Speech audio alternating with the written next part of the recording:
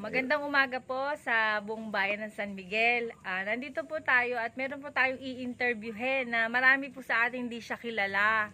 Ang pangalan niya ay si Ricky G. Ricky Galang Mangalinaw.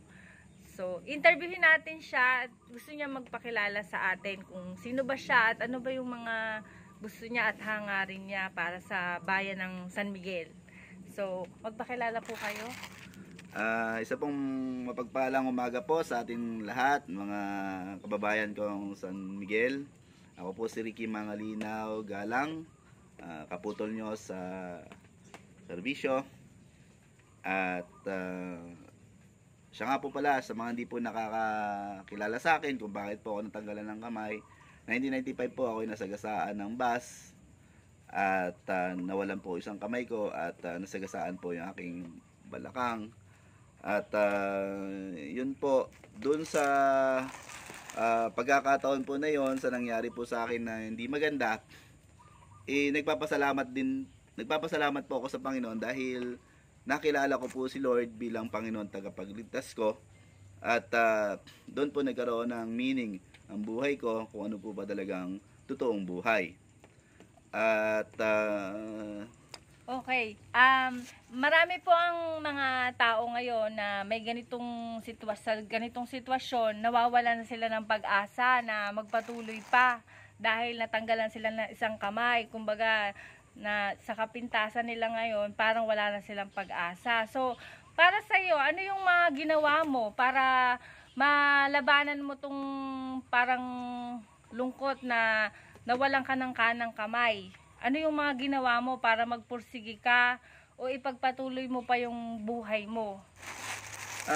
Una po, kung wala po talaga ang Panginoon, talagang maisipan mo na una, parang ayaw mo nang mabuhay. Para bang wala nang silbi ang buhay. Kasi naranasan ko ang buo ang kamay ko at ngayon, yung sa aking pagkilos, sa aking paggalaw ay mahirap po. Pero salamat po sa Panginoon dahil siya po yung nagbigay sa akin ng pag-asa para po mabuhay. Yun po pala, meron po pala akong gamit na meron pong mission. Parang may mission si Lord para sa akin. Una po yung mabuo yung mga tao may kapansanan dito po sa bayan ng San Miguel. At bago ko po nangyari yon, siyempre po nag-aral pa rin po tayo. Hindi po tayo sumuko sa... Nung time po na kanang kamay nyo po, di po ba ang pagsulat natin kanang kamay? So, paano po yung ginawa nyo noon?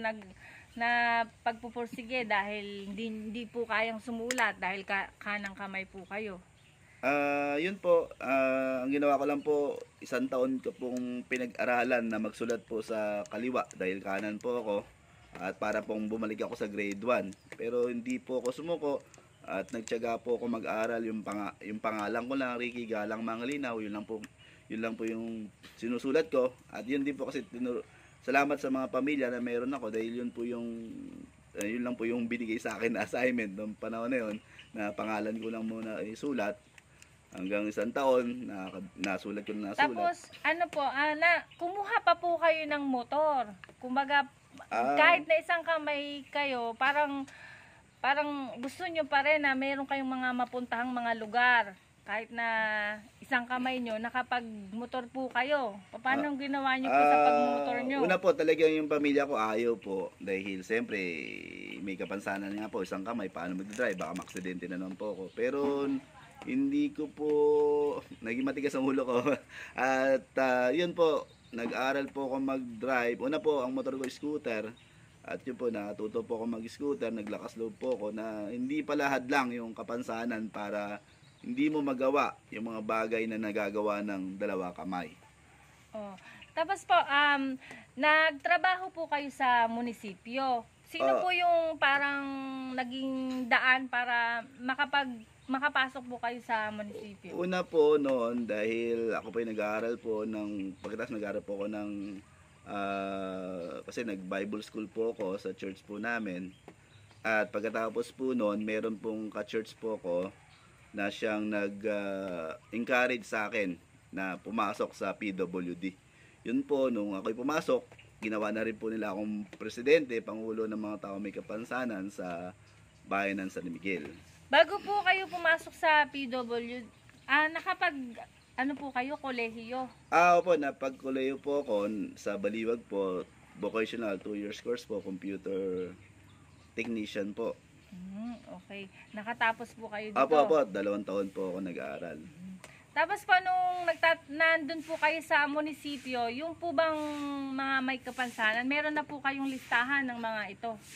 Noon po wala pa pong kumpletong listahan kasi sa DSWD po, nung pumasok po ako, doon pa lamang po nagkaroon talaga ng listahan ng mga tao may kapansanan sa bawat barangay at yung mga ID po nila ay atin pong inisikaso nung po tayo nasa munisipyo para makuha po nila yung benefit po nila sa kanilang pagbili po ng gamot at sa mga grocery po. Bali, ilang taon po kayo naglingkod dito sa munisipyo? Bali, umabot po ako ng 24 years po tayo para po sa mga tao may kapansanan dahil naging founder po tayo at presidente ng mga tao may kapansanan at naging Disability Affairs Assistant po ako 3 taon sa office po namin ngayon do sa munisipyo.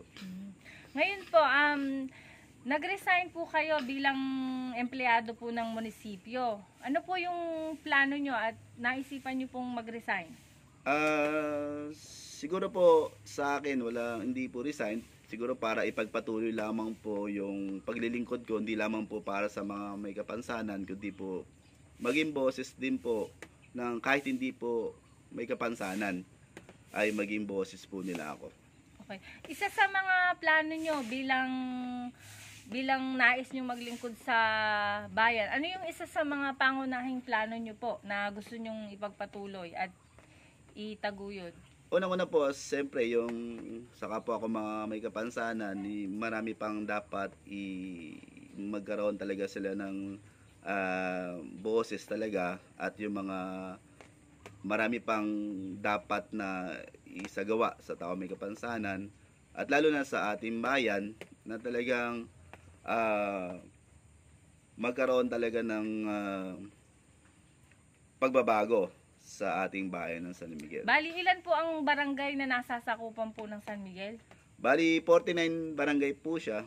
Yung 49 barangay po na to, meron po kayong mga tao dito na gumagalaw? Opo, bawat barangay po meron pong pangulo ng mga tao may kapansanan at iba po merong tayong coordinator kapag hindi po kasi nakakagalaw yung mismong PWD ang kanilang anak o magulang ang siyang gumagalaw. Okay po. Bali yung mga PWD po, meron sila lahat na ID na para Opo, sa opo. discount. Opo, meron na po Nakakaboto po ba sila? Opo, nakakaboto na po. Kahit kung 2 kamay po ang wala nila, pwede silang Oh, bumoto. yeah, pwede po silang bumoto dahil po ang COMELEC ay binibigyan na po ng chance sa mga tao may kapansanan para po makaboto at ang ating pamahalaan binigyan po tayo ng pagkakataon na makaboto kahit na may kapansanan po. So sabi po dito, Bagong San Miguel, yun po yung inyong Opo. sino po yung inyong baling mayor na sumasakap sa inyo? Ang aming mayor po ay si Attorney Ligon na Okay. talagang gusto niya po ng pagbabago at nakita ko po dito nung taon nito na talagang kahit na po kayo may kapansanan, hindi niya po tiningnan yon. Tiningnan niya po ang aking kakayahan na mapaglingkod sa bayan po ng San Miguel na makita po talaga yung galing at husay ng San Miguel. Ano po yung pagtutuunan nyo ng pansin? Kung sakali, ano po yung nakikita nyo pwedeng i-improve sa San Miguel kung sakaling bigyan kayo ng pagkakataon ng mga mamamayan ng San Migueleños? Una-una dito po ay sabi nga yung maging transparent po talaga tayo lalo na sa budget na ating bayan at marinig talaga yung ating mamamayan na talagang mapagsilbihan po natin sila sa abot nating makakaya. Okay, sa palagay nyo po ba yung abot ng makakaya, kaya nyo po ba nagampanan kung sakaling kayo ay bibigyan ng pagkakataon ng San Migueleños? Kaya nyo po bang gampanan yung pagiging konsehal ng bayan? Sa tingin ko po kaya naman po dahil kahit paano po ay meron na rin po tayong alam sa mga batas. Siyempre una po nating isusulong, siyempre yung mga karapatan ng mga tao may kapansanan at yung bayan ng San Miguel, kung ano po naayon sa batas, yun naman po tayo. At kung meron naman po pwede tayong gumawa ng resolusyon o imungkahe sa ating sanggunian, ay ating pong ilalabi po sa kanila upang sa ganon ay maging maganda at magkaroon talaga ng bagong San Miguel. Sa May Kapansanan, kitang-kita na po natin yung pagtulong nyo. Sa iba naman pong mga ahensya, kagaya ng mga single mother, senior citizen, sa mga bata, kabataan, ano naman po yung mga panukala nyo tungkol sa Opo, kanila? sa Team Ligon naman po, sa amin po, yan po isa sa ninanais po ng aming mayor na talagang ang mga senior citizen, PWD, solo parent, mga kabataan ay talagang mabigyan talaga ng boses na talagang kung ano ba talaga ang needs ng bawat isang sektor o bawat mamayan ng ating bayan San Miguel. Maraming salamat po sa mga impormasyon na ibinigay nyo, at sa mga taong kagaya na mga May Kapansanan, huwag po kayong mawala ng pag-asa at isulong nyo po kasi marami pa po kayong magagawa sa bayan kahit na kulang yung isang parte ng katawan nyo o may mahinang parte sa katawan nyo.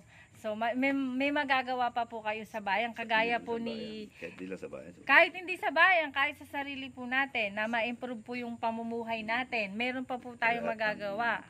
Lahat ng PWD. Sa lahat ng mga PWD, huwag kayong mawawala ng pag-asa kasi nakita naman po natin yung experience po ni Ricky Galang Mga Linaw na hindi po siya huminto sa pagpupursige para po magkaroon po siya ng silbi at magkaroon siya ng future na makita yung mga magagawa niya pa para sa sarili niya, para sa bayan. So yun po, salamat po sa... Ha? Huwag tingnan ng kapansanan. Okay, wag tingnan ng kapansanan kasi minsan yung mga may kapansanan yung pa yung mas maraming nagagawa kaysa sa mga kumpletong katawan na tao. So yun. Maraming salamat po Ricky Galang Mga Linaw sa pagpapaunlak nyo sa aming interview. At kung meron pa po kayong mga tanong sa kanya, mag-comment lang po kayo sa ating video para po maitanong natin sa kanya kung ano pa po yung mga katanungan nyo. Yun lang po at maraming salamat po. God bless po sa inyong lahat. God bless po. Happy New Year po. Happy New Year Advance. po.